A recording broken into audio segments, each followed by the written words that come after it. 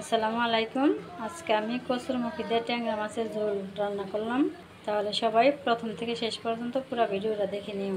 আমার আজকের রেসিপিতে থাকছে ট্যাংরা মাছ আর কচুর মুখি। এই কচুর মুখি দিয়ে আর ট্যাংরা মাছ দিয়ে আমি সুন্দর একটা রেসিপি বানাবো। আমি তাহলে এখন রান্নায় চলে যাই। বন্ধুরা, আমি এখন এই ট্যাংরা মাছটা আলাদা করে নিলাম। আমি এই মাছের সব মশলাগুলো দিয়ে দেবো।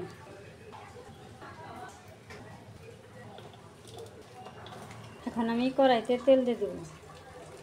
এখন আমি মাছটা দিয়ে দিলাম। মাছগুলো দিয়ে একটু কষিয়ে নেব।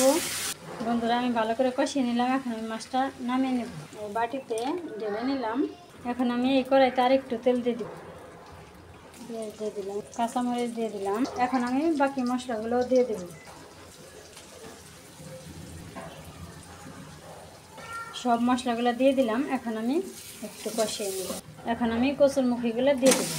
কচুর মুখিটা আমি এখন সুন্দর করে কষিয়ে নেব। এই যে বন্ধুরা, আমি সুন্দর করে কষিয়ে নিলাম। এখন আমি পানি দিয়ে দেব।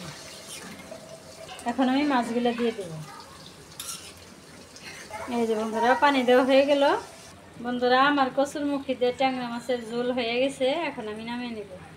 কচুর মুখি দিয়ে ট্যাংরা মাছের ঝোল আর কচুর মুখি, সেই কারণে আমি একটু ঝোল বেশি করে রাখছি। তাহলে আমার এই ট্যাংরা মাছ আর কচুর মুখি রেসিপি কেমন হলো অবশ্যই কমেন্ট করবে। তাহলে আজকের ভিডিও এখানেই শেষ করলাম। সবাই ভালো থাকবে, সুস্থ থাকবে। আল্লাহ হাফেজ।